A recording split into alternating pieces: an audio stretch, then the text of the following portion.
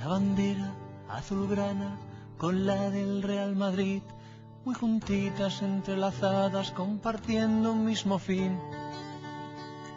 Las de hebreos y palestinos, las de Cuba y USA, las de rusos y chechenos, bajo una misma ley. Todas juntas de la mano a formar un buen montón, arderán en una pira y lloraremos de emoción. Los ácratas, los sin patria, también los sin religión, seremos seres humanos sin color de donación.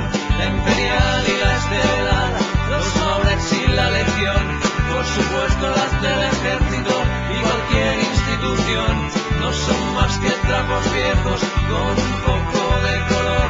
Hay quien se mata por ellas, presa de inútil pasión. Es el gran día de las banderas juntas por última vez.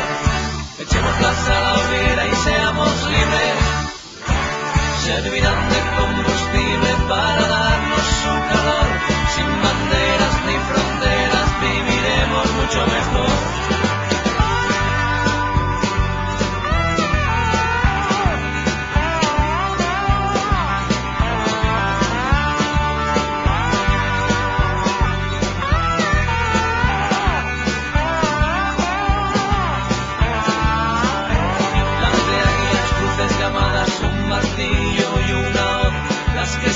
Cuando hay problemas los jerarcas de la nación, no hay bandera en este mundo que no pueda acabar siendo excusa de matanzas, de guerras y falsedad.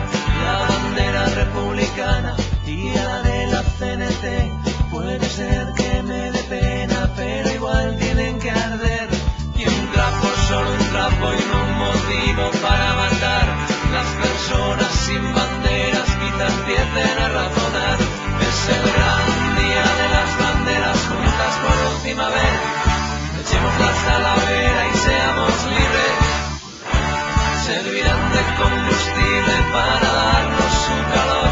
Sin banderas ni fronteras viviremos mucho mejor. Es el gran día de las banderas juntas por última vez. Echémoslas a la hoguera y seamos libres. Servirán de combustible para